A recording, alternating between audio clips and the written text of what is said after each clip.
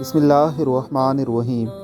حضرت عمران بن حسین فرماتے ہیں، ایک مرتبہ میں نبی اکرم صلی اللہ علیہ وسلم کے پاس بیٹھا ہوا تھا کہ اتنے میں حضرت فاطمہ رضی اللہ تعالیٰ عنہا آئی اور آ کر نبی اکرم صلی اللہ علیہ وسلم کے سامنے کھڑی ہو گئی۔ نبی اکرم صلی اللہ علیہ وسلم نے فرمایا، اے فاطمہ قریب آ جاؤ۔ وہ قریب آ گئی۔ نبی اکرم صلی اللہ علیہ وسلم نے فرمایا، اے فاطمہ اور قریب آ جاؤ، اور وہ اور قریب آ گئی۔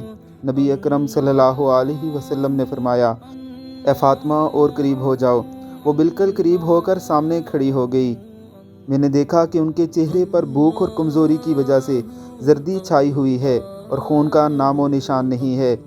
اس وقت تک عورتوں کے لیے پردے کا حکم نہیں آیا تھا۔ نبی اکرم صلی اللہ علیہ وسلم نے اپنی انگلیاں پھیلا کر ہاتھ ان کے سینے پر رکھا اور سر اٹھا کر یہ دعا کی کہ اے اللہ، اے بھوکوں کا پیٹ بھرنے والے، اے حاجتوں کو پورا کرنے والے اور گرے پڑے لوگوں کو اونچا کرنے والے، محمد صلی اللہ علیہ وسلم کی بیٹی کو بھوکا مت رکھ۔ میں نے دیکھا کہ سیدہ فاطمہ الزہرا کے چہرے سے زردی چلی گئی اور خون کی سرخی آ گئی۔ پھر اس کے بعد حضرت فاطمہ سے پوچھا۔ انہوں نے کہا کہ اے عمران، اس کے بعد مجھے کبھی بھوک نہیں لگی۔ حضرت علی المرتضیٰ رضی اللہ تعالیٰ عنہ فرماتے ہیں، ایک دفعہ میں بیمار ہوا۔ نبی اکرم صلی اللہ علیہ وسلم کا میرے پاس سے گزر ہوا۔ اس وقت میں یہ دعا مانگ رہا تھا، اے اللہ، اگر میری موت کا وقت آ گیا ہے تو مجھے موت دے، راحت عطا فرما، اور اگر اس میں دیر ہے تو پھر مجھے شفا عطا فرما، اور اگر آزمائش ہی مقصود ہے تو پھر مجھے صبر کی توفیق عطا فرما۔ نبی اکرم صلی اللہ علیہ وسلم نے فرمایا، تم نے کیا کہا؟ میں نے اپنی دعا دہرا دی۔ آپ نے مجھے اپنا پاؤں مار کر فرمایا، اے اللہ، اسے شفا عطا فرما۔ اس کے بعد یہ بیماری کبھی نہ ہوئی۔ حضرت سہیل فرماتے ہیں کہ غزوہ خیبر کے دن حضرت علی رضی اللہ تعالیٰ عنہ کی آنکھیں دکھ رہی تھی۔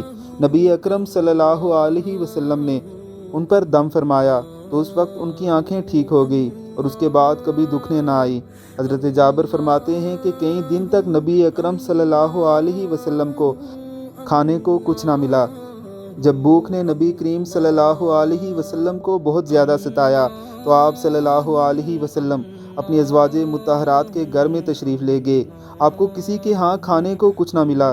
پھر آپ حضرت فاطمہ الزہرا رضی اللہ تعالیٰ عنہا کے ہاں تشریف لے گئے اور فرمایا، اے بیٹا، تمہارے پاس کھانے کی کوئی چیز ہے، کیونکہ مجھے بہت بھوک لگی ہوئی ہے۔ حضرت فاطمہ الزہرا رضی اللہ تعالیٰ عنہا نے فرمایا، میرے ماں باپ آپ پر قربان ہوں، اللہ کی قسم کچھ نہیں ہے۔ جب آپ حضرت فاطمہ کے ہاں سے تشریف لے گئے تو حضرت فاطمہ کی ایک پڑوسن نے ان کے ہاں 2 روٹیاں اور گوشت کا ایک ٹکڑا بھیجا۔ حضرت فاطمہ نے کھانا لے کر اپنے ایک پیالے میں رکھ لیا اور اپنے دل میں کہا کہ اللہ کی قسم، میں یہ کھانا نبی اکرم صلی اللہ علیہ وسلم کو کھلاؤں گی، نہ خود کھاؤں گی اور نہ اپنے بچوں کو کھلاؤں گی۔ حالانکہ یہ سب بھوکے تھے اور پیٹ بھر کر کھانے کی انہیں بھی ضرورت تھی۔ حضرت فاطمہ نے حضرت حسن اور حضرت حسین میں سے ایک کو نبی اکرم صلی اللہ علیہ وسلم کی خدمت میں بلانے بھیجا۔ آپ حضرت فاطمہ کے ہاں دوبارہ تشریف لے آئے۔ حضرت فاطمہ نے عرض کیا کہ میرے ماں باپ آپ صلی اللہ علیہ وسلم پر قربان ہوں، اللہ نے کچھ بھیجا ہے جو میں نے آپ کے لیے چھپا کر رکھا ہے۔ آپ نے فرمایا، بیٹا لے آؤ۔ حضرت فاطمہ فرماتی ہیں کہ میں وہ پیالہ لے آئی، اسے کھولا تو میں دیکھ کر حیران رہ گئی، کیونکہ سارا پیالہ روٹی اور گوشت سے بھرا ہوا تھا۔ میں سمجھ گئی کہ یہ برکت اللہ کی طرف سے ہوئی ہے۔ میں نے اللہ کی تعریف کی اور نبی اکرم صلی اللہ علیہ وسلم پر درود بھیجا اور کھانا نبی کریم صلی اللہ علیہ وسلم کے سامنے رکھ دیا۔